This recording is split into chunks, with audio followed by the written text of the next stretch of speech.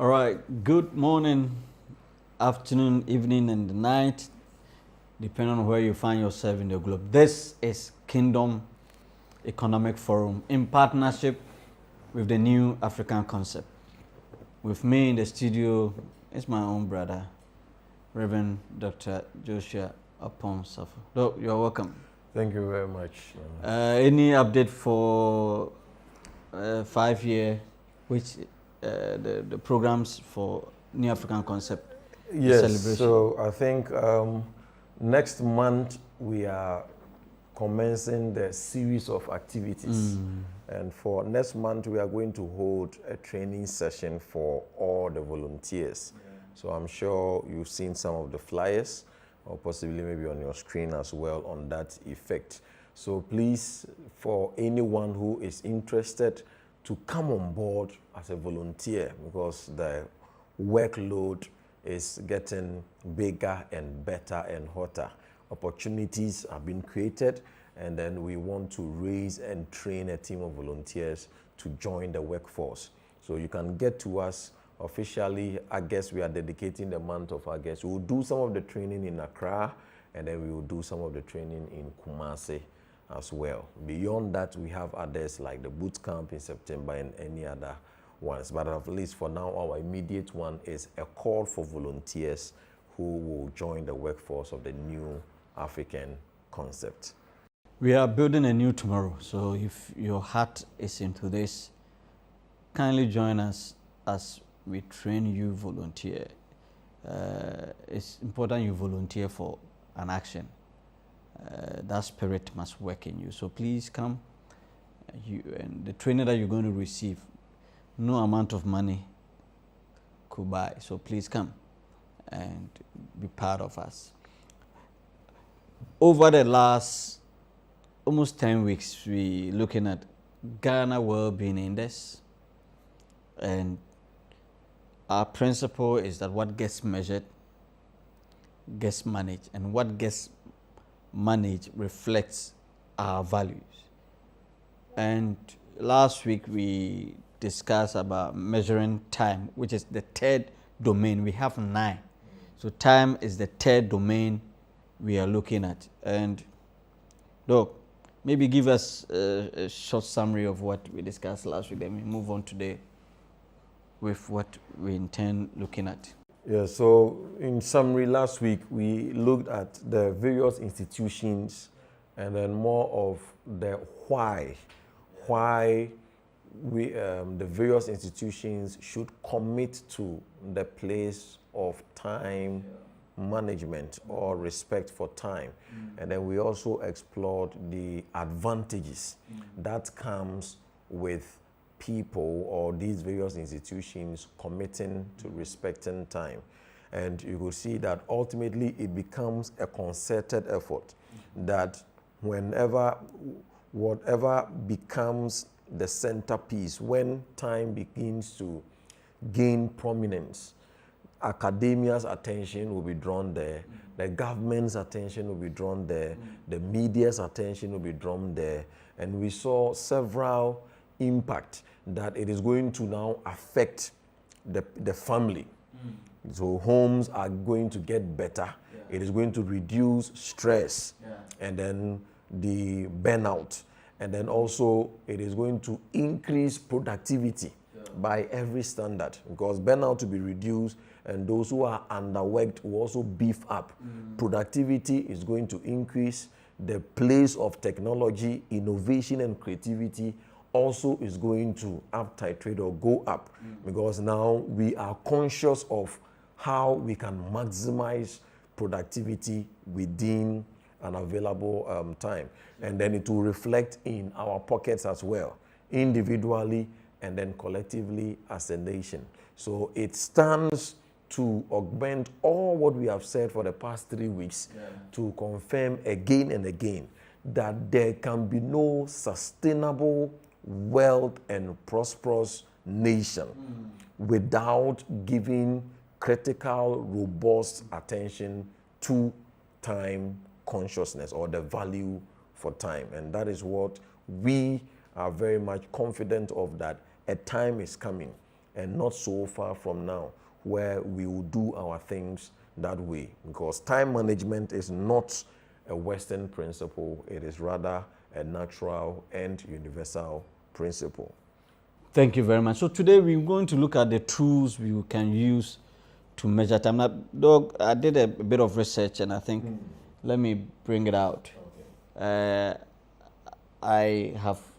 I've seen a document that says that Ghana conducted its first standalone time use survey in 2009, almost 15 years ago. 2009. Wow. Yeah, and the report says that the survey was instrumental in revealing the distinct gender dimensions of work, particularly the significant amount of time women spend on unpaid care and domestic work compared to men. It provided critical data for developing gender-aware microeconomic model and informing policy on poverty reduction. However, the data now is over 15 years old. Yeah. Since then, the socioeconomic landscape of Ghana has changed, with shifts in employment patterns, technology use, and family structures. A new comprehensive time use survey is urgently needed. And that fits into what we are promoting, that there's a need for us to do that. So the question is, what are the tools that we can use to measure time? So from the government level, and then so I think with the government level, we could do the standalone time use survey, like it was done in 2009, right? 2009. That's about 15 years. 15 years. Yeah. So that's a huge gap over there. Looking at the fact that a lot of things have changed relative to 2009. So it is recommended that at least if it is done every 5 years, it will help, so that we can keep track with the changes or the trends of modernization and then technology. So we could the government could either tender in some of these standalone time use or add the time use as part of the survey that it normally takes. So we said it during the community as well. So it means that the metrics or the components that goes into the questionnaire when they are undertaking some of these surveys, they could include that of the time. Sure. So at least, if nothing at all, every 5 years we get a feedback of how time is being engaged at the individual and the institutional level. Time use survey. Time use survey. We need to do that. We need to do that. It is going to change so many things. A lot of things will come out of it. It will be very revealing. That's it. It will be very revealing. Even we can recommend this to the religious community. Do a survey how your members are using their time. From spiritual point. Some of them even don't do their Bible study, devotions. Their prayer time is very limited. So if you do survey, you help them to plan. You help them to plan their time. Some of them think they don't have time, but it's because they are not planning. It's create the impression that they don't really have time. Oh, okay, time use survey. Wow. What about the traditional council, assuming they want to measure time? Okay, so with that, record which communities still observe traditional rest days. So with a traditional level, it is going to be more of, let's say, the festivals and then also the rest days. Yeah, farming, farm these days, sure. So the only add up then becomes that it should be contextualized within the modern framework. So that it is free from the mysticism because with that people become resentful towards it. In fact, you mentioned in our last 2 episodes about toil and work. If the community go through this exercise, they will be able to identify the number of hours their girls and their women spend in getting household firewood, even water, food. Yes. So those will help. And then as a chief or a traditional leader, looking at how you are spending those, the people are spending those time, you'll be able to know what can we do to reduce those toiling moments in their lives. So that's why it's important we do that. And by that, creativity naturally sets in. The innovation naturally sets in. Prosperity naturally sets in. So it's a whole cascade that that could come to bear. Sure. With the companies, the private sector. Yeah. So with the private sector, of course, the survey could be included with I think it can be for both sides, the managerial and then leaders side, and then also for the workers. So things like maybe, does your manager respect your rest time? And not only maybe rest time, even your time in this entirety. And I think the other time we made mention of the fact that these are metrics that the private sectors should take it extremely seriously. Productivity issue. Productivity is a function of time.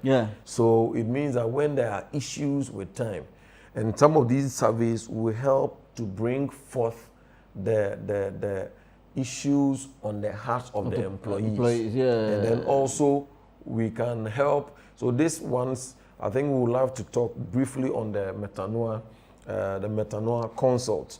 I think we in turn, especially with the churches and then also with the companies, it is something that is very much needed. So the Metanoia consult, we are there for some of these things. We can help you, maybe sometimes where to begin, what to do in these realities. You may not have the technical know-how.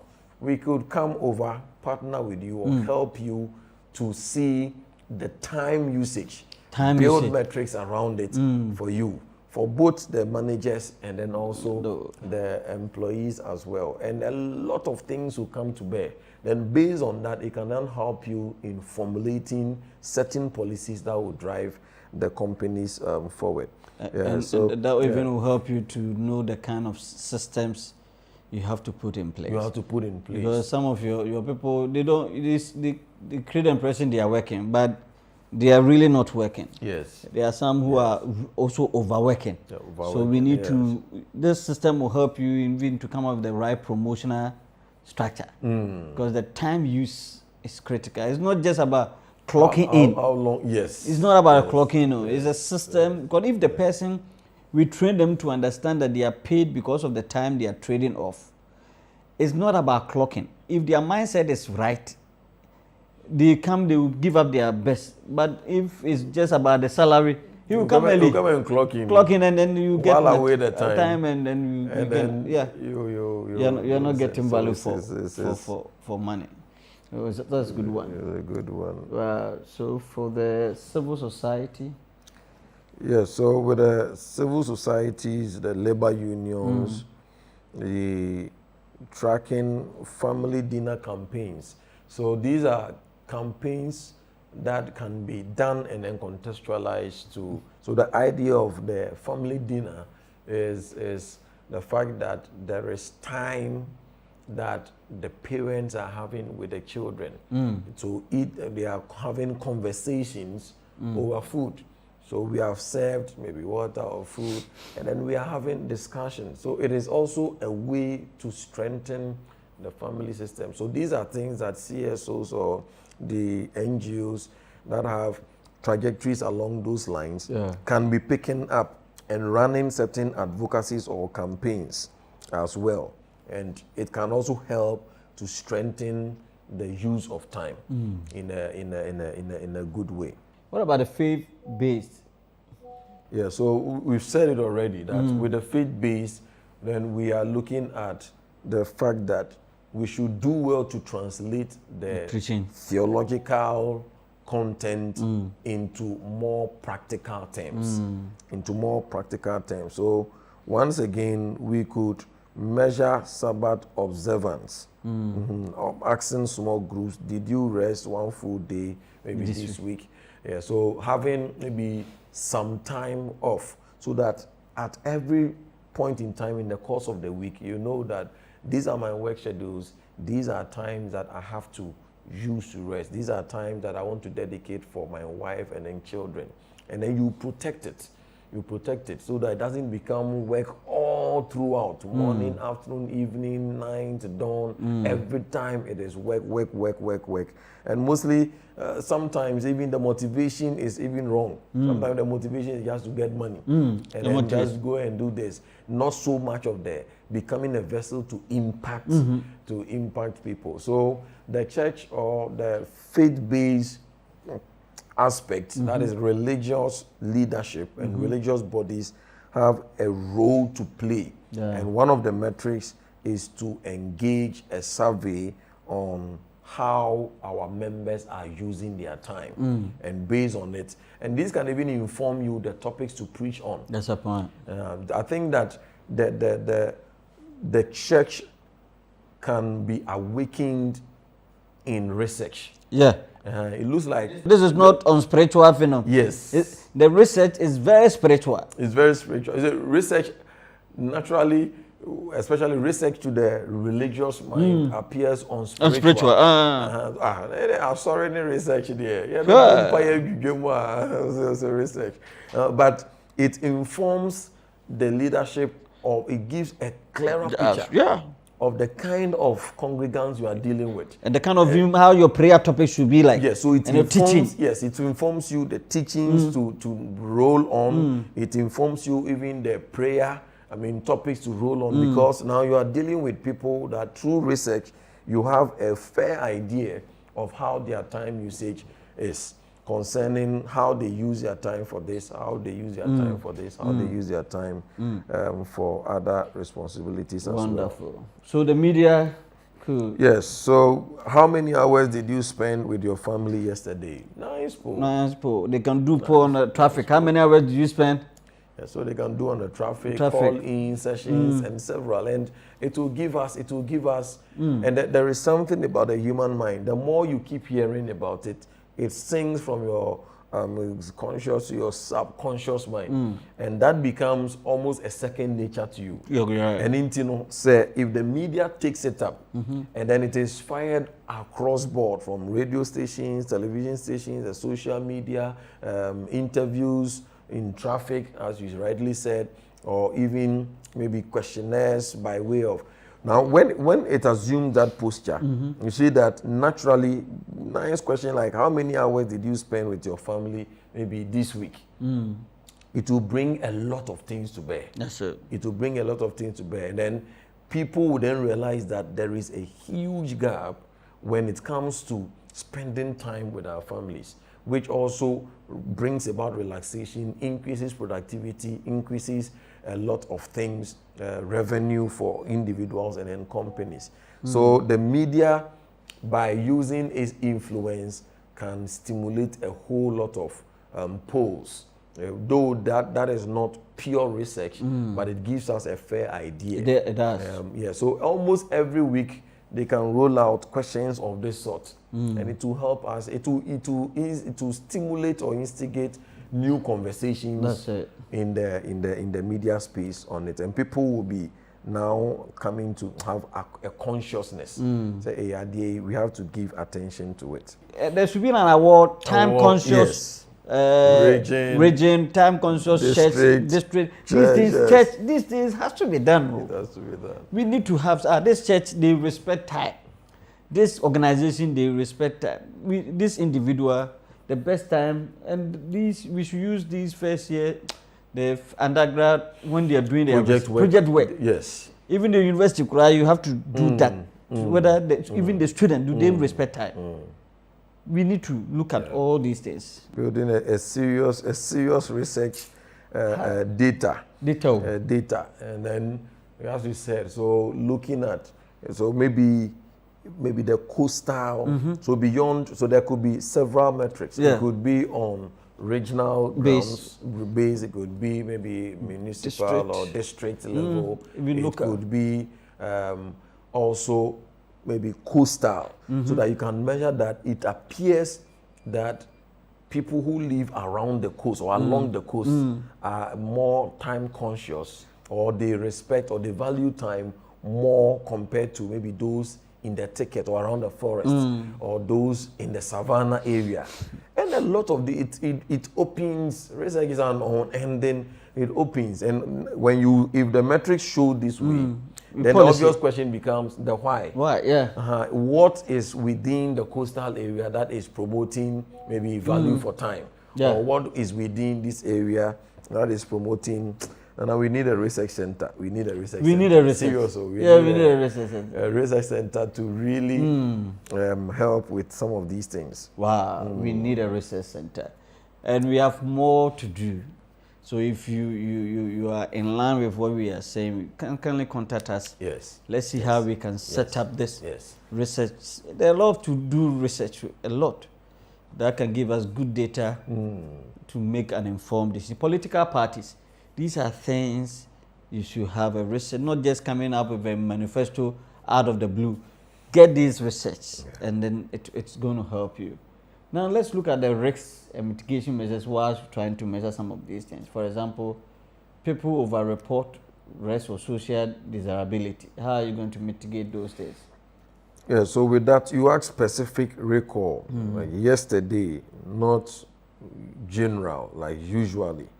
Yeah, so when you want to, because of people's way of answering questions or giving feedback. Sure. Yeah, so when you use generic terms like how do you usually use your time, you are not likely to get the right answers. The right answer. So if you are looking at, okay, maybe describe to me the use of your time yesterday or in the past 3 days. That is something target specific. Describe to me this rather than a more vague, or when you say usual, then it will become more of storytelling. Okay. The other risk is that self-employed struggle to define rest. If there's a need for us to measure that one. Yeah, so mostly self-employed, more or less like they are on their own, sort of. So the rest sometimes become difficult to establish. Sure. But with that, we could look at providing specific examples, like saying that time when you were not selling or not farming or not cooking for sale. Yeah. So time that you were not actively engaged in something, I mean, in terms of the business that you are running, then could constitute part of the rest that we may be referring to. Okay, so when, in our discussion, we mentioned about even Sabbath. Yes. And theological sense, it varies. So how are you going to, some consider Friday as their Sabbath and Saturday and then maybe Sunday. Yeah, so in the depths of theological grounds, now the battle is not, or the obsession is not which day is God referring to as Sabbath. So any day can be a Sabbath. But the idea or the idea of Sabbath is what must play the role. The fact that you must get a time that you are not actively engaged like it is for your usual days or time. Sure. So it is now no more a question of whether it is Friday or Monday or this, and it should be context specific. But the idea still remains that God expects us that after the engagements of the week or over a period, we then take some time. And this ties into even what we normally call solitude. Solitude, yeah. So there can be solitude at the personal level or even the institutional level. Maybe once a year, once a quarter, you can take a break from the workspace where now you are not dealing with clients. You can get a nice place, go rest, play games, and then also reflect on the vision.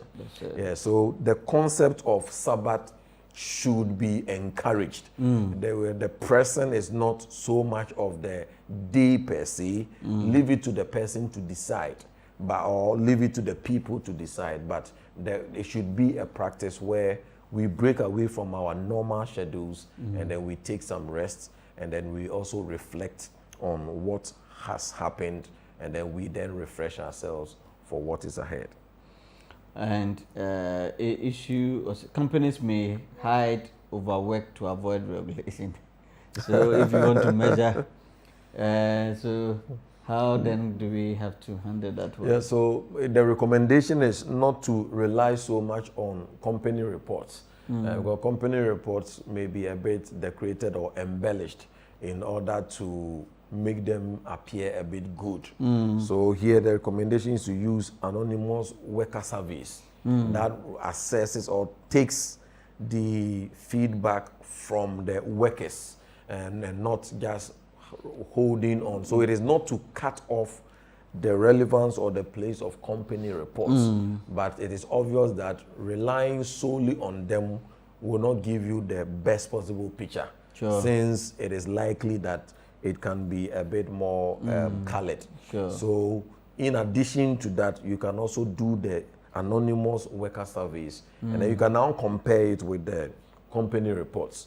If it finds resonance or if there is a gap, it informs you on how to go about it. Yeah. And then time diaries are burdensome if you want to. So how do you handle that? Yeah, so it's just like we said with the other one, not full week. So if you are giving account of, let's say, a whole week, it appears burdensome. So if it is in little pieces, like maybe assessing it yesterday, or even if it is within the day, okay, describe to me how you use your first 3 hours when you wake up. It is relatively easier than to describe the whole day. So breaking huge chunks into smaller chunks makes it easier for the respondents to also give a more likely comprehensive truth or factual feedback when they are asked, compared to large chunks like maybe the full week or within the last month or things like that. Those ones it's likely that it will devolve into storytelling again. All right, so we bring it to a close, domain 3 on time. Today we came to give you the tools and the risks associated with that and how we will mitigate those risks. And we've told you that if you're a company and you want to have a service for us to come around to help you, we have a consulting firm that does that work very well. And it's important that we measure time. We have a survey as to how we are using our time. Because we have told you time is equal to life. So if you value time, it means you value life. And what gets measured gets managed. And what gets managed gets done. So it's important you measure your time, else you will not be able to manage it. And you will not do anything with that. So come next week, the next domain 4 is environment. Wow. Hey, the last during June, during the rainy season, you know what happened to the people at Summer Boy? Summer Boy, yeah. Listening to me. Whatever you sow, you're going to reap. Other towns should brace themselves for in the coming years. This is happening to Summer Boy. The whole town has submerged because I saw a documentary that a Joy FM guy did and traced the thing from 2021 when they started the Galamsey, and he has put them in the series, and then it's not. And I'm telling you, if you go and pray on some of these things, I think it's a typical example of prayer and waste. And waste is a waste of resources. Nothing will happen. It's about the fact that things are going to change. What we have sown, we are going to reap. So we want to encourage cause and effect. So we're going to be brutal on this environmental thing. Now that we have seen what is happening, we are going to sound the alarm that we need to measure the environment, not only GDP. When we do that, the future generation will clap for us. Though, once again, we are informing you that Kingdom Driven book, the series, the advert is running. Prepare yourself, come next month. Whilst we are doing the New African Concept 5-year program, maybe in 2 weeks' time, we are entering August, if you have something to say. Yes, so as we said at the beginning, we are looking at for the month of August, we want to commit the whole month for the training of our volunteers. A number of people have shown interest and then they've started applying. So please get a link, or you can just reach out to us and then you can also apply. It is there. We'll be having some of the training in Accra, and we'll be having also the other set of training in Kumasi. Get on board. As we always say, we see a new tomorrow. In September, we will also be having a boot camp for all the members and then the entire leadership of the New African Concept. And by the close of the year, in November, 7th November, at Great Hall, we'll be having the Kumasi version of the Grand Durbar of NAC at 5. Wow. And then on the 4th of December, finally, the grand finale will be in Accra as we crown. So as you can see, it is back to back once we start next month. But for now, we are calling on all of you, or as many persons as possible, to get on board as volunteers and then let us help build our dear nation and continent. Wonderful. Until we come your way next week, this has been Kingdom Economic Forum. Bye-bye.